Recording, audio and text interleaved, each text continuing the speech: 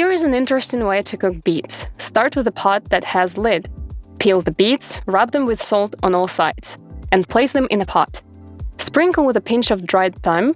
Place the beets in the oven preheated to 180 degrees Celsius for about 40 minutes.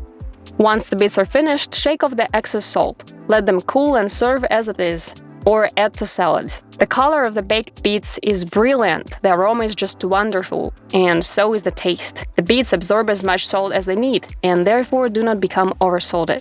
The bright raspberry-colored salt will also not go to waste. Carefully scoop it out of the pot, let it cool, and grind usually a mortar and pestle. You can use this fragrant salt just like regular salt. It is also great for garnishing dishes. For storage, pour the salt into the airtight container. Here is a very quick and simple way to cook a poached egg. Start by pouring boiling water into a small bowl. Crack the egg into the water. Place the bowl into the microwave, and using the highest setting, microwave for exactly 50 seconds.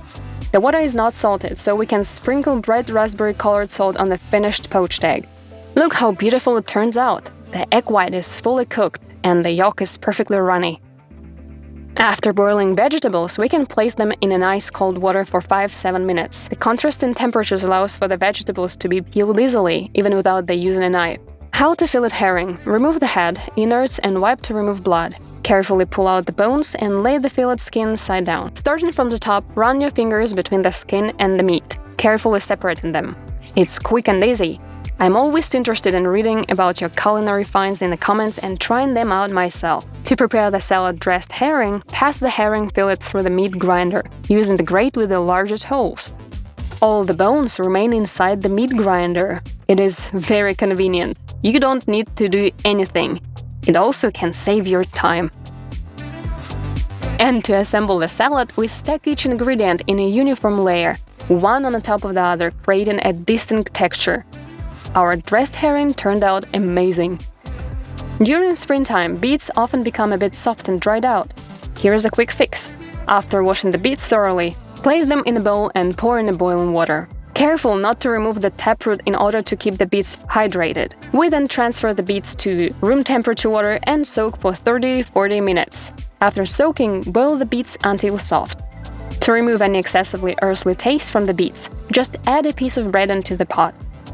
Immediately plunge the hot beets into the ice water. Let the beets cool down completely. The beets will become tender and also easily peeled by hand. The skin comes off very easily. Sprouted legumes are very healthy. Today I'm sprouting lentils and mung beans. Pour the beans into small plastic bottles, add water, and rinse thoroughly. Tighten the cap loosely on the bottle so that the water pours out and you don't lose any beans. Rinse both lentils and mung beans again with clean water. Let them sit for at least 5 hours.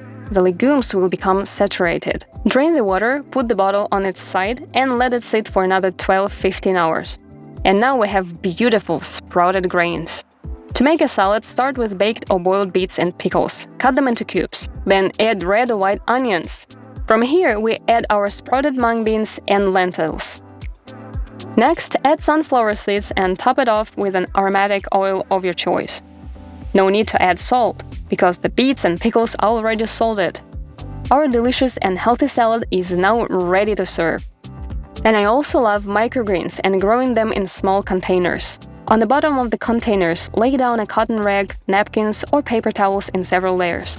Spray thoroughly with water and place the seeds on top. Close the lids tightly and let sit for 48 hours. Our daikon and arugula have already sprouted. If necessary, add a bit of water and keep the lids loosely opened, just covering the top. On the 5th day, our daikon is ready for use. The other microgreens will also catch up soon. You can use it for salads, for sandwiches, and as a garnish. To store ingredients in the freezer, we can use Ziploc bags. If the Ziploc bag is too small, you can make a large bag out of 2 identical ones. I turned one of the Ziploc bag inside out, insert it inside the first one, and line up the tracks with one another. Press firmly to seal the bags. Everything fits nicely. The package is large enough and nothing falls out. Did you know that ordinary white rice can be made more healthy? To start off, we don't need to cook the rice completely. The center should remain a little hard. Next, we add a bit of a sour flavor to the rice, like lemon juice or vinegar. These two things will help reduce the glycemic index of the rice. Ever tried Turkish coffee? It's finely ground coffee boiled in small pot to make a strong espresso-like coffee. But the best method might not be boiling at all. Instead, we can pour freshly ground coffee into a pot and fill with cold filtered water. Then mix it carefully so that there is no coffee on the surface, and it all sinks to the bottom. Heat on the lowest setting. And literally after 2 or 3 minutes, the foam will appear on top. As soon as bubbles appear along the edge of the pot and the foam begins to rise up, immediately remove from the heat. Give the coffee a minute to settle so that all the grounds sink to the bottom. You can enjoy wonderful, fragrant, freshly made coffee.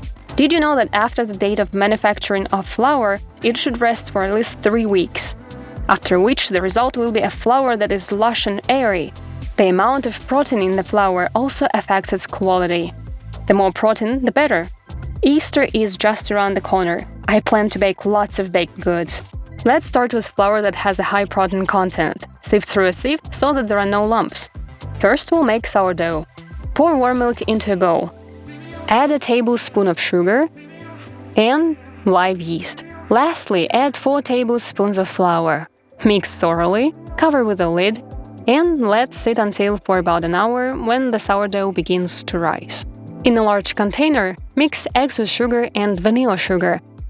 Next, add the zest of 1 orange and 1 lemon.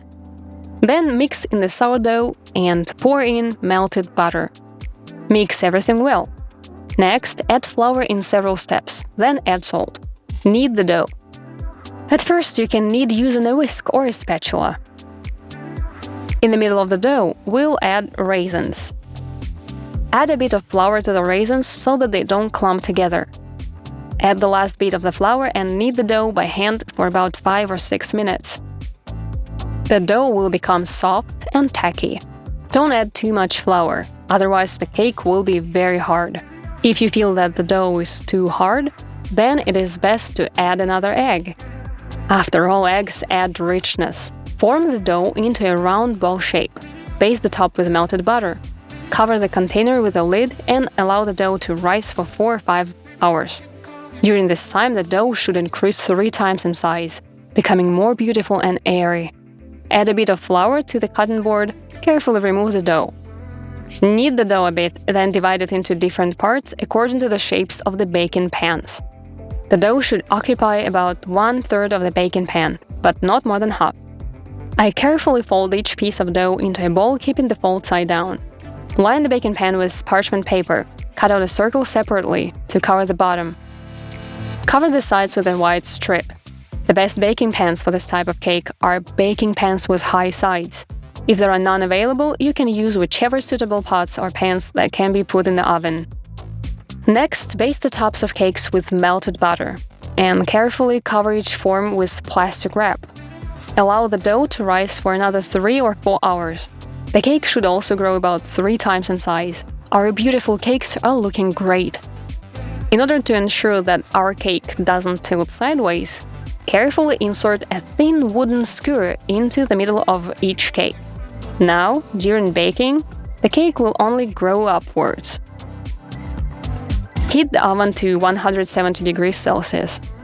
Bake the cakes for about 30-35 minutes and 45-50 minutes for the larger cakes. The wooden skewers will also help to see if the cake is ready. Take it out to check. If skewer is dry, then the cake is baked perfectly. First, let the cakes while sitting upright. Then lay them on their side and slowly turn them. This method was used by our grandmothers. The cakes cooled on their sides do not collapse and instead retain their height. If you're afraid to make icing for cakes using raw egg whites, you can do this. Take soft cottage cheese and mix it with honey. Decorate cakes spreading it on with a spoon or dipping the cakes directly into the icing. Very nice, decorative, and also delicious. And instead of hard sugar sprinkles, I used dried apricot cut into strips. It adds a bit of brightness and flavor. Let's see how gorgeous this cake is on the inside. Delicate, airy, and aromatic. Not too dry and not too wet, just like it should be. And also not too sweet. The softness of the cake and delicate glaze pairs perfectly together.